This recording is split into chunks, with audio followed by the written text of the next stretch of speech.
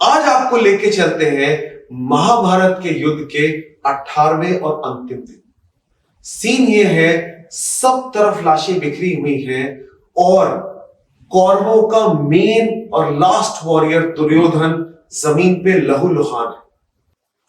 Whatever has to happen will happen. Accept things as they come. ये words सुनने में जितने आसान हैं, समझने में उतने मुश्किल और इंप्लीमेंट करने में तो बहुत ही मुश्किल।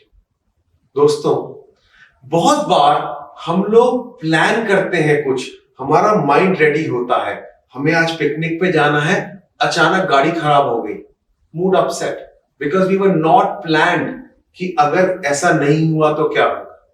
हम लोगों ने अपना बिजनेस सेटअप किया और अचानक कोविड आ गया, पूरा प्लान चौपट हो गया। We feel frustrated.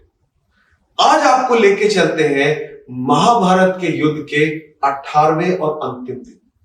सीन ये है, सब तरफ लाशें बिखरी हुई हैं और कौरवों का मेन और लास्ट वॉरियर दुर्योधन जमीन पे लहूलुहान है। निश्चय लगभग हो चुका है। कृष्ण जी दुर्योधन की तरफ देखते हैं और वो टकटकी लगाए उन्हीं की तरफ देख रहा होता। जैसे ही वो आंख से आंख मिलती है, दुर्योधन 3 उंगलियां हवा में उठा देता। कृष्ण जी समझ जाते हैं मुझसे कुछ कहना चाहते। दुर्योधन की तरफ बढ़ते हैं और कहते हैं, कहो क्या कहना चाहते। दुर्योधन कहता है, मुझसे इस युद्ध में 3 गलतियां हुई जिस वजह से आज मैं जमीन पे। पहली, मैंने भगवान की जगह उनकी सेना को चुना। अगर आप मेरी साइड से होते तो शायद परिणाम कुछ और होता। दूसरा, मेरी माता ने मुझसे एक रिक्वेस्ट की थी कि तुम नहा धोकर निर्वस्त्र आओ, मैं तुम्हें पहली बार देखूंगी और अपनी आंखों की शक्ति से तुम्हारे शरीर को बहुत बल मिलेगा। मैंने आपकी बात मानी और पत्ते लपेट के चला गया। उसका जो असर होना था वो नहीं हो पाया और इसी वजह से आज मैं लहूलुहान पड़ा।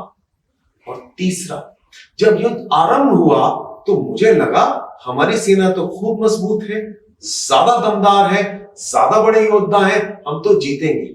और मैंने आप लोगों की रणनीति की तरफ उतना ध्यान नहीं दिया और धीरे धीरे करके हमारे एक एक योद्धा स्वर्ग से धारते चले। अगर मैं तब ध्यान देता तो शायद अब स्थिति वो नहीं होती। कृष्ण जी ने उनकी तरफ देखा, बहुत ही शांतिपूर्वक कहा, ये जो हुआ ये पहले से तय था। कुछ भी होता, इस युद्ध का परिणाम यही होना था। ये पहले से ही लिखा हुआ था।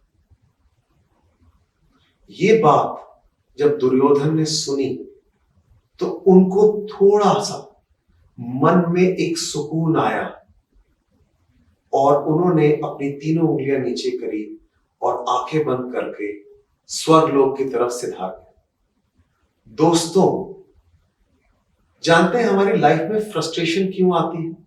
क्योंकि जो हमने सोचा है अगर वैसा नहीं होता तो हमारा दिमाग और हमारा दिल आपस में कोऑर्डिनेट नहीं करता और वो हमें बहुत ज्यादा फ्रस्ट्रेटेड फील कराता है। अगर हम लोग इस बात को सोचें और इस पे अमल करें कि जो हुआ वो तो लिखा था, मेरा कोई कंट्रोल नहीं है इस पे, आप देखेंगे लाइफ बहुत बहुत पीसफुल हो जाएगी।